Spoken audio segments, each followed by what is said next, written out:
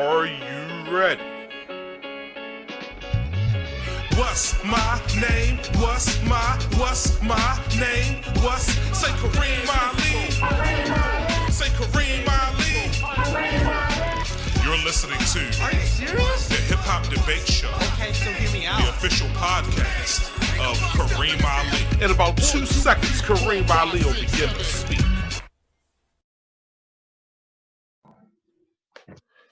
Yo, this is Kareem Ali with an episode of Are You Serious? The Hip Hop Debate Show. We're going to talk about various topics, and it's always going to be featured through the lens of hip hop culture. In about 2 seconds, Kareem Ali will begin to speak. Listen, today on the show, I have my man, my friend, one of the best poets I've ever heard, MC, activist, Slankster Hughes, everybody. Brother Slankster Hughes, how you doing, brother? Greetings, world, people, humans, aliens, all androgynous species. Slankster Hughes, a.k.a. Slick Vic Low, a.k.a. Lyrical Leviathan, a.k.a. Thelonious Coltrane, a.k.a. He whose foul name shall not be named. I had to shave the beard down, you know what I'm saying, so I could channel some of my Slick Vic Low essence. You know what Slick Vic Low is also one of the light-skinned. The greatest lyrical weirdos of all time that we've ever heard. So today on the show, we match artists together. This is standard Black people barbershop talk. These are conversations that everyone has that we shouldn't do, but we do. We compare and contrast the greatness of people. And so today, barbershop talk. The barbershop talk. See, the play on words. That's the MCmanship coming out of you, brother. Maybe that should have been the name of the show. Maybe Barbershop. Maybe so. But I'm serious that Are You Serious? It's the name that we're going by right now. So listen, today we're talking about two great MCs from two different regions, Talib Kweli from BLACKSTARR and Big Boy from OUTKAST. And we're going to talk about versus Atlanta. Basically so. Two different styles, divided loyalties, but in terms of skill level, in terms of being an MC to the culture and who had the greater impact on this art form, who's the better MC, Slanks? Is it Talib Kweli or is it Big Boy?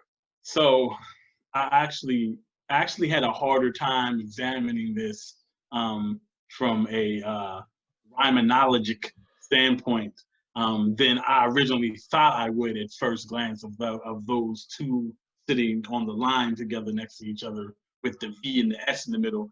I was like, my gut and my personal hip hop sensibilities and even somewhat biased East Coast fanmanship is quick to say Talib Kweli, but it's a lot closer than some backpack aficionados or lyricism enthusiasts might say.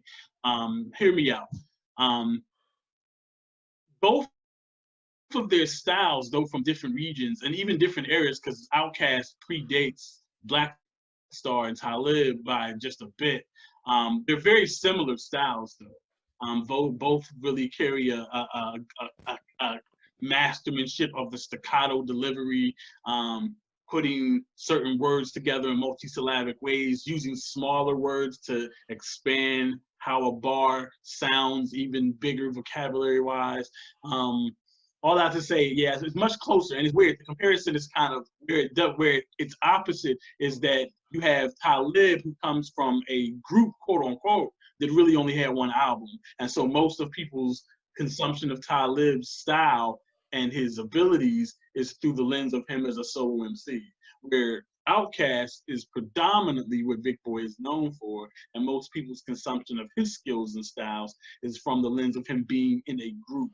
And both of them, you could say this debate is almost like the king of the lyrical sidekicks, because both of them are always kind of looked at through the lens of being in the shadow of what is viewed as their more lyrically skilled counterpart.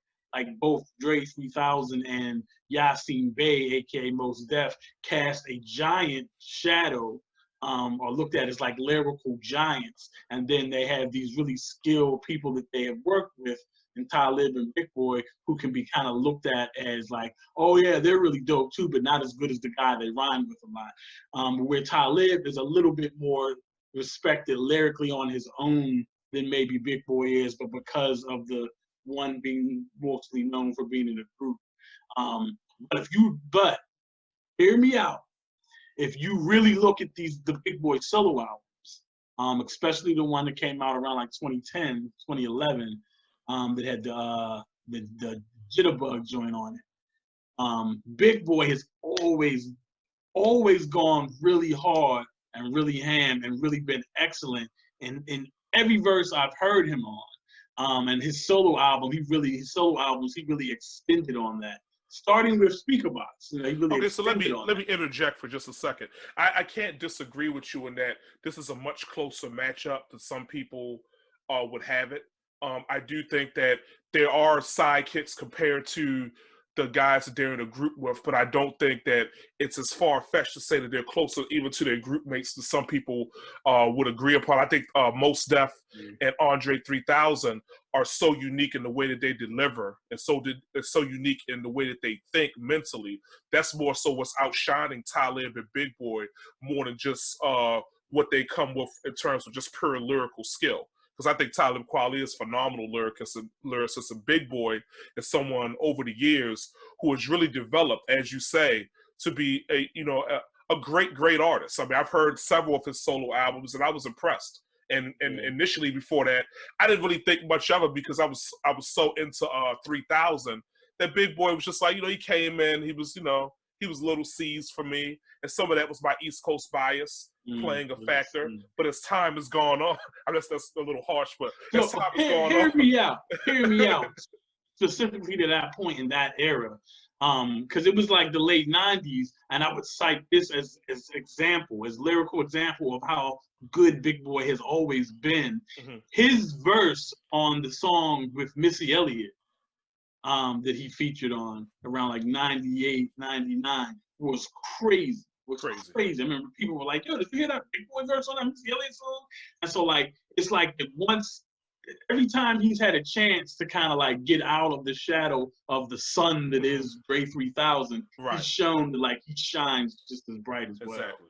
So I'm gonna say this about, if I had to pick one, as much as I've grown to really like Big Boy, and also the amount of part of being an MC is the style that you present and represent, the swagger that you have. He's had his own thing. Him and Dre have been so different stylistically, not just in rhyme, but in appearance and wardrobe. As great as I think Big Boy is, if I had to choose one, I still have to go Talib Kweli, because I feel like overall Talib Kweli's albums were more impactful. I feel like Kweli has at least 2 classic albums. There was the Reflection Eternal Joint Train of Thought that was in 99, 2000. When did it come out?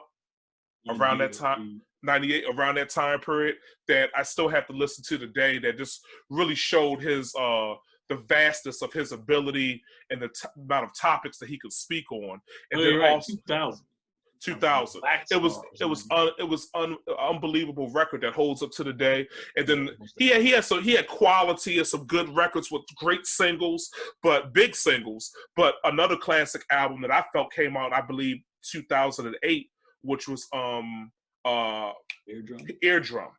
Eardrum was one of the best albums I heard in the 2000s in that time period, and it told me everything that I needed to know about Talib Kweli, in addition to the massive singles that he had Just to Get By, which is like a conscious anthem that everybody could sing along to. And as an MC, you know how hard it is to take conscious music and to make it popular music. Kendrick Lamar does that very well in this time period, but Talib Kweli, he mastered that at the time period in the 2000s when he was in his prime. So if I had to me, you'll get to know that classic albums to me are like championship rings for athletes. You could be a great player, but if you don't have a championship ring, I got to rank the guy who's earned and won the rings above you. And so I have to go with Talib Kweli in this conversation. Okay, so I have to say that I fall on the same side. I land on the same place in terms of, I would say Kweli by a little bit less, by less than I would originally think that I would have said. And I agree that Reflection Eternal and Eardrum are definitely classics. But what I think is interesting too, that also weighs into that into that conclusion is that Talib's cultural impact as a solo artist has been really big. Like Talib he kind of made like independent cool in a way, and like underground, Yes. like pseudo mainstream in a way. And that he made it cool to be like, yeah, I'm not wearing a lot of bling. I'm kind of like rocking some Afrocentric wear maybe. He Or even some, had like, an impact on hoodie. me. When I saw him live, I started turning my hat to the side of my eye like that when I was rhyming. That comes from Kweli. Word, yeah, and so like, and then with Quality TV, like how that's become such a massive platform. It originally just started with him promoting him and his artists, and now it's like a platform for just like Black culture. My daughter showed me like this amazing little like mini movie of a Black superhero based off of like African deity that was like pretty good, and it was just like on Quality TV, like just like putting dope Black stuff on this platform for a long time now. And so like the cultural impact is really big as well. But in relation to your championship analogy, which a great of an analogy as it is, but I must say this, strictly to that point, I must simply say, are you serious? Now, I'm dead serious. Big Boy, if that's the factoring thing for you, or one of the factoring things to your conclusion here, Big Boy's got multiple championship rings on the OUTKAST team. When we're talking about Like, them as individual MCs, Slankster, we're not talking about. We are. If we were talking about BLACKSTAR versus OUTKAST, then you would have an argument. That's not but fair. You can't possibly be serious. BLACKSTAR is an expansion team that only had one season. Where OUTKAST is the 60s Cleveland Browns, if you will, like at least 4 championships. But see here, but I'm saying though, if you bring the ring analogy into things, you can't ignore the work that Big Boy did with the OUTKAST platform, because those albums aren't OUTKAST albums without him, and several of them are not classics without him. Okay, that's a fair. That's a fair point. If you're gonna say rings, like technically speaking, Big Boy, I would say, has more hip hop album rings than. Well, Talib Kweli has more rings with him being at the helm of the situation and not a sidekick. Big Boy was basically Horace Grant to RG3000's Michael Jordan.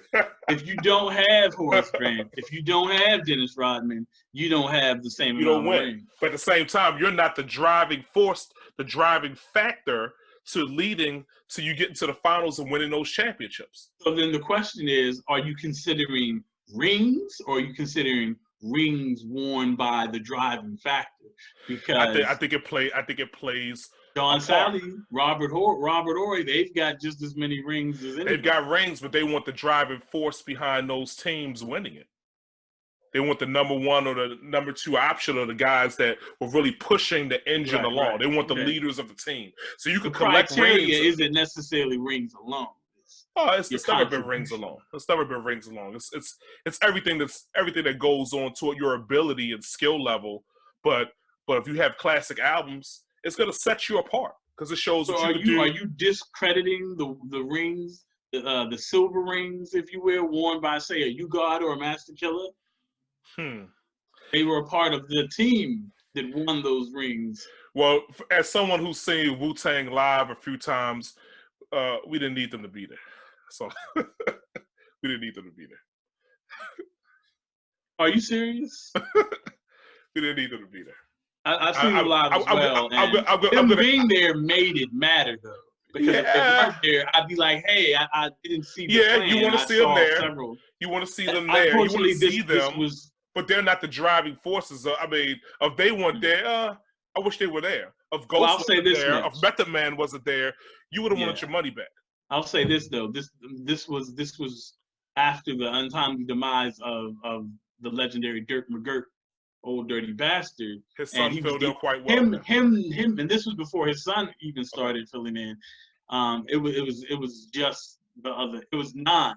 It was Capadonna, I guess technically. He was the fill-in, but was really an original member. And so seeing 9 Klansmen on stage, that sounds weird. Klansmen sound there's like yeah. nine good boys on stage. Exactly. Seeing 9 Wu-Tang Klansmen, 9 Killer Bees standing across the stage of Sonar, and that moment when the lights lowered and you just saw the silhouettes. It's like if there weren't 9 silhouettes there, if there were 7 or 6, I wouldn't have had the same experience. That's not the argument that I'm making. Of course, you want to see all of the Wu-Tang Clan members there, but I'm saying their contribution. It's like if you have the Chicago Bull. Let's say take the Chicago analogy. You have your core unit, but if Keith Booth isn't there just because he played on. Are you comparing Killer Free? Are you comparing Master Killer? In comparison to Deck, Jizza, Ghost, Ray, and Meth, yeah, they want on the starting. Okay, it's a different situation. We start talking about championship rings, but as far as Kweli, this isn't the Wu-Tang episode. Yeah, it's not we'll get there. I'm not trying to denigrate. Some would argue all episodes are Wu-Tang episodes. They'll probably come up. I mean, we're talking hip hop. You have to talk Wu-Tang Clan. Those guys, they were great at what they did, but there's some people who elevated the status of the group to a higher level because of their skill and ability level. It's like some people are the driving force behind what they do. When Kobe Bryant won his championships with Pau Gasol, he was the #1 driving force. When Michael Jordan won his championships, he was the driving force. Magic Johnson shared that with Kareem for some extent, but some would argue that he was the driving force because Kareem didn't win before Magic got there in 1980. The last time he won before that was with Oscar Robertson in 1971. So the credit belongs to the driving forces of the I mean, everybody. If you're part of the team, you get credited, you contributed, you were important, you were valued.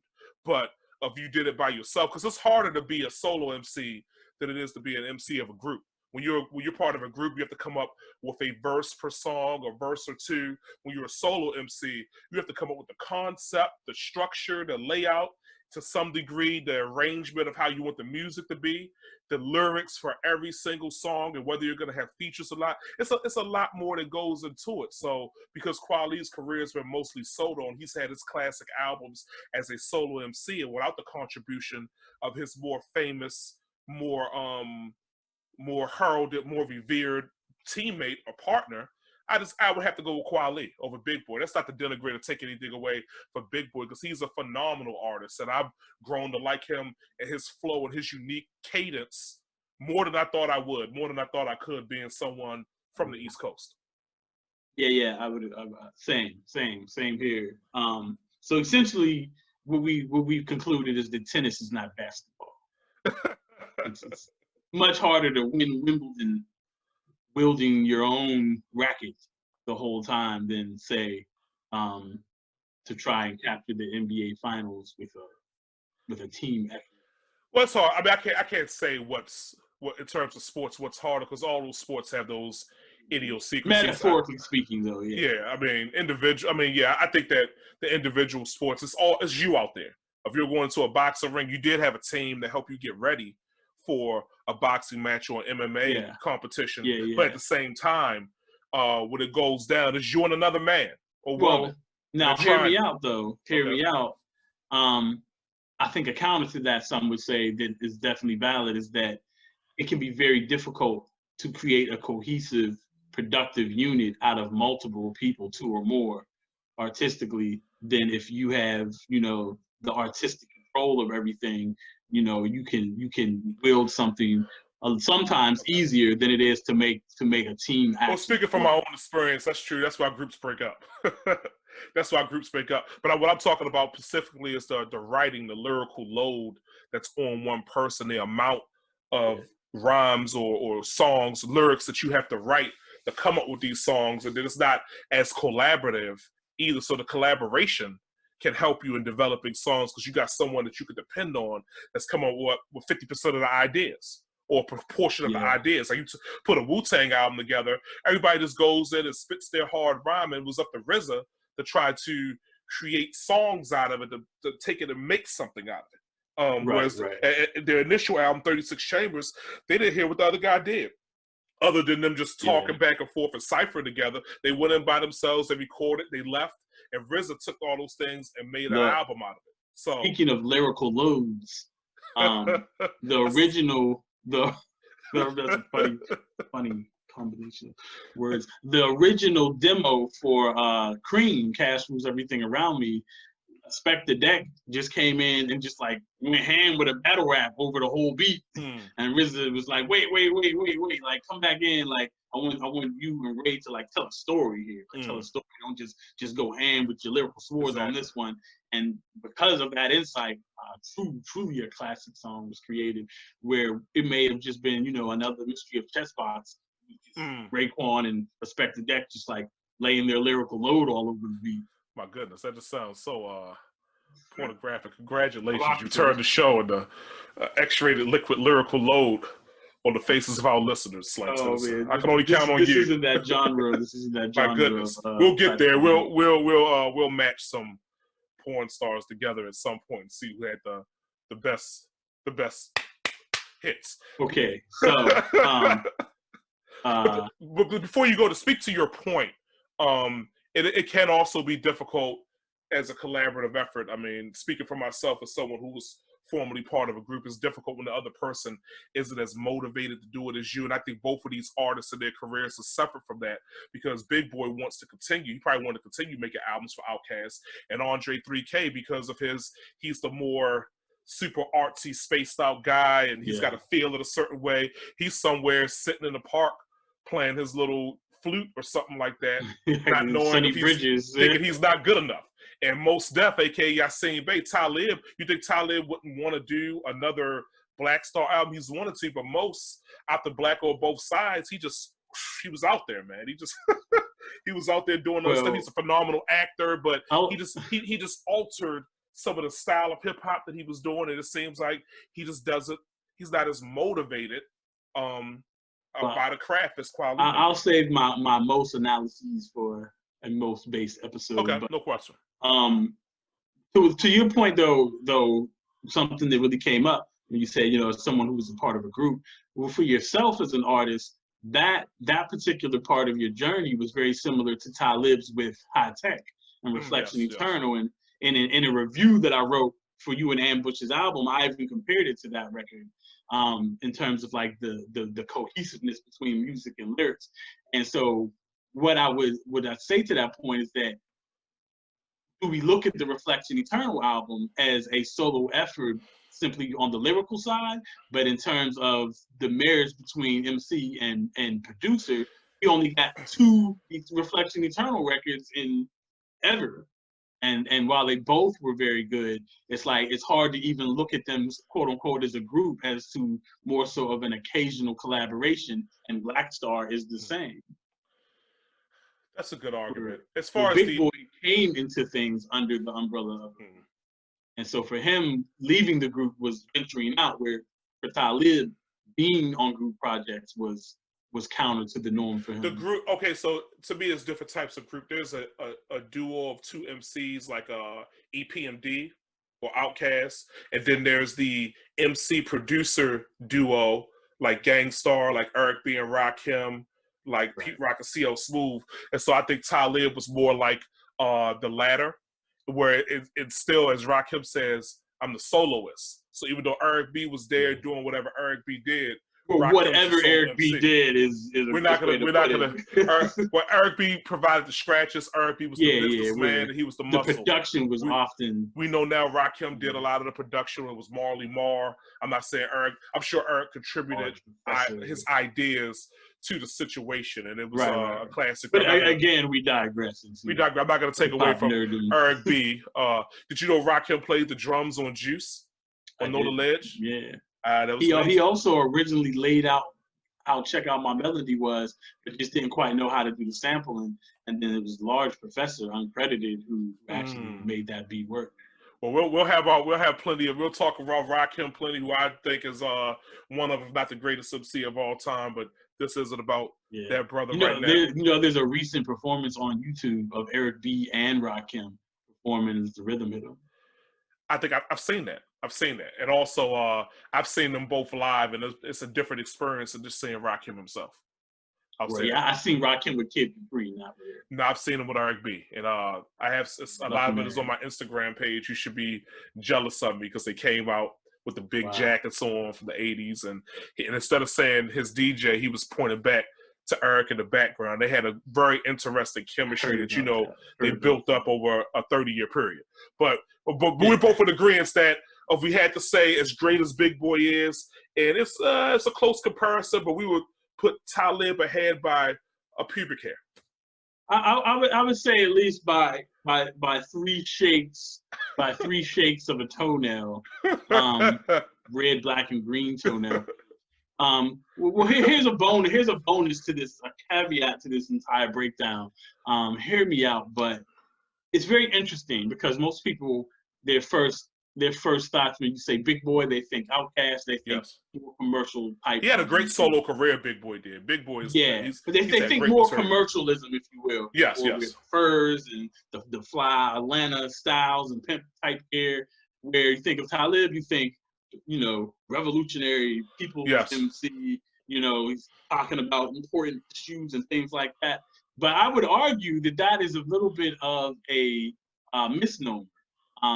Big Boy has definitely talked about very socially conscious things in his music, and Talib for a long time resisted the labeling of a conscious MC. He did.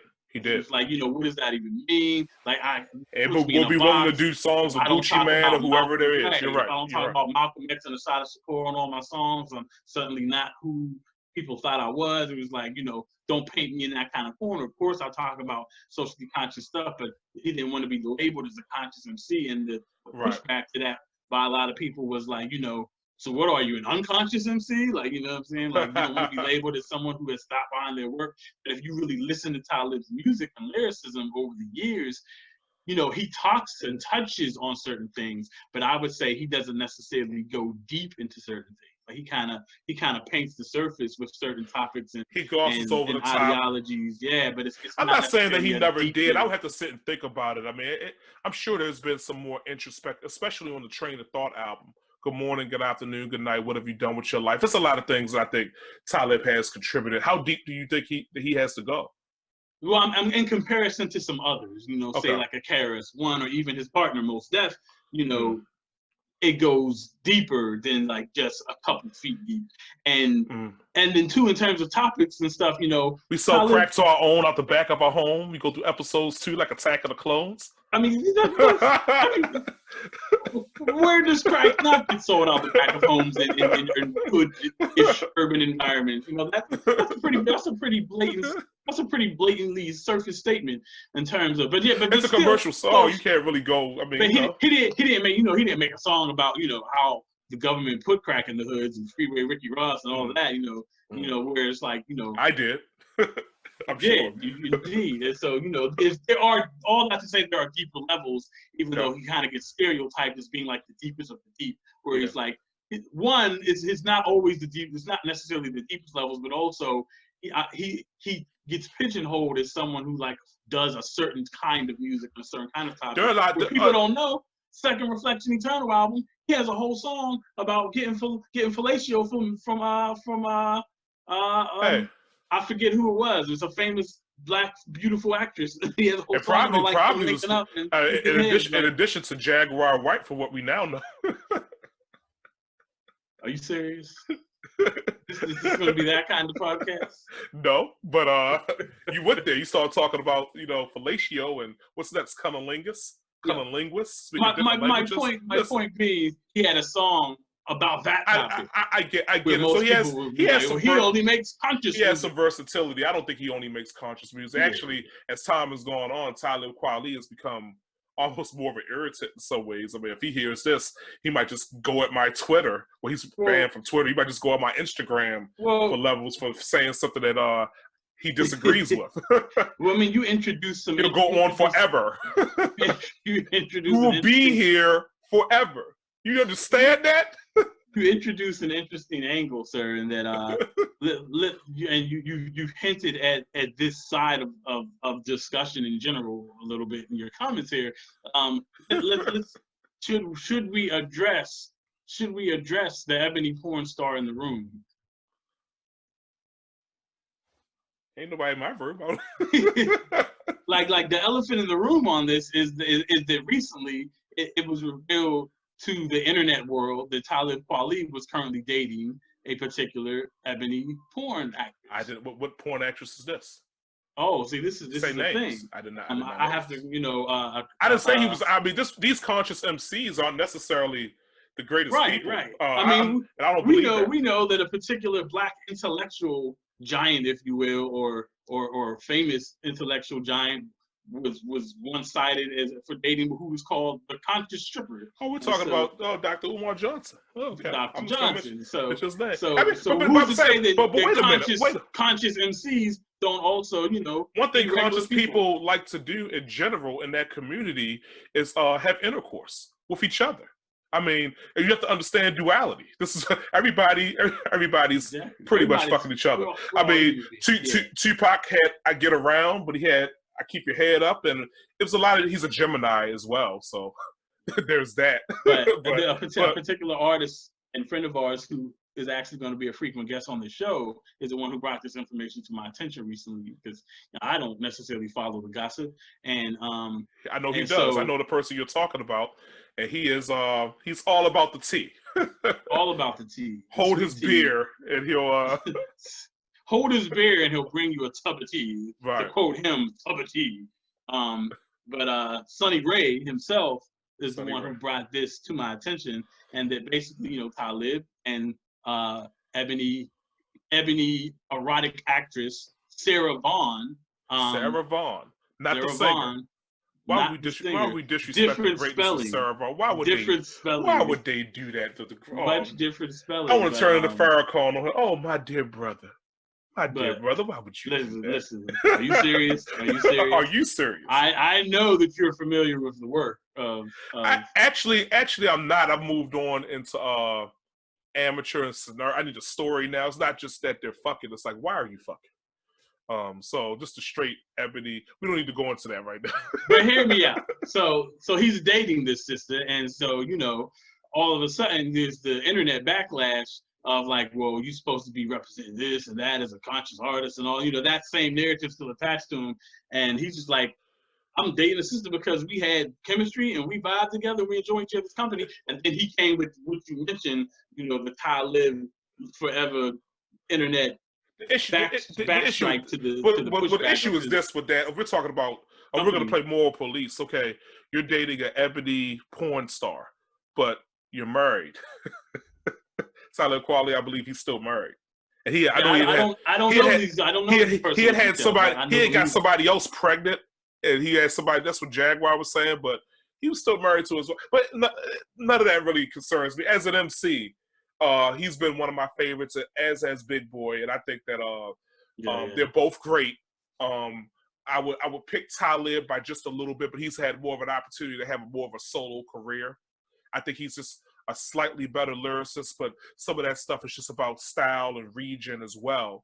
Because Big Boy, the way that he approaches his delivery and the way he the cadences he chooses to ride his beats and how he fits his words into those rhythms is another chamber or level as well of being an expert lyricist. So some of it comes down just to what you value. Just like if you're watching a boxing match, some of the judges value the guy who's using a jab, whereas other judges are going to score rounds based on who's landing the more effective body punches that you don't see as much on television if you don't know what you're looking at. So it could be that. I would pick Talib, but if someone would have picked Big Boy, I wouldn't be offended. But we're going to end this particular... But Kareem Ali, though.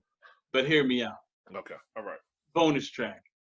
In comparing these two and talking about all of the different philosophical backdrops and everything else, the stylistic versus the cultural, everything, we cannot ignore the delicious irony of that Big Boy, the MC, who was known for sprouting often Southern pluralistic Cadillac pimp stylings and such, and talking about Atlanta strip clubs and all of these things, but yet the so-called socially conscious Talib Kweli MC is the one who's been cited for dating. And I'm not surprised, because human beings are the dichotomy of humanity, right? Human beings are human beings, and how you present yourself is not necessarily who and what you are. And it's not even to say that Talib is a bad human being, because he enjoys. I mean, we could get into the politics of, you know, how sex work in general has been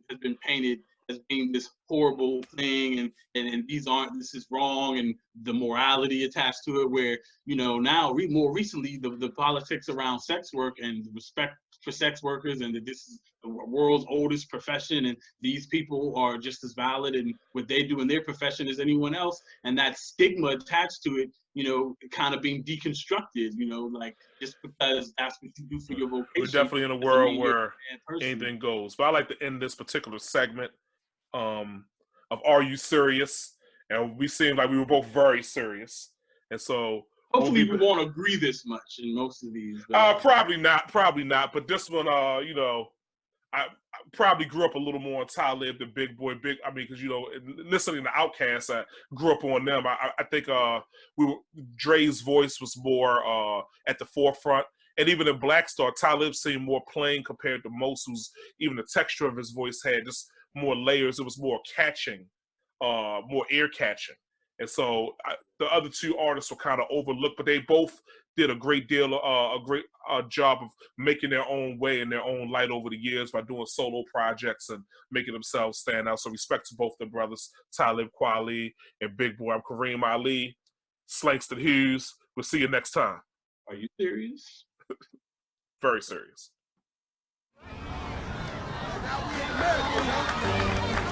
So I have to stand here today as what I was when I was born, a black man. Your racism bounces off me, I'm bulletproof.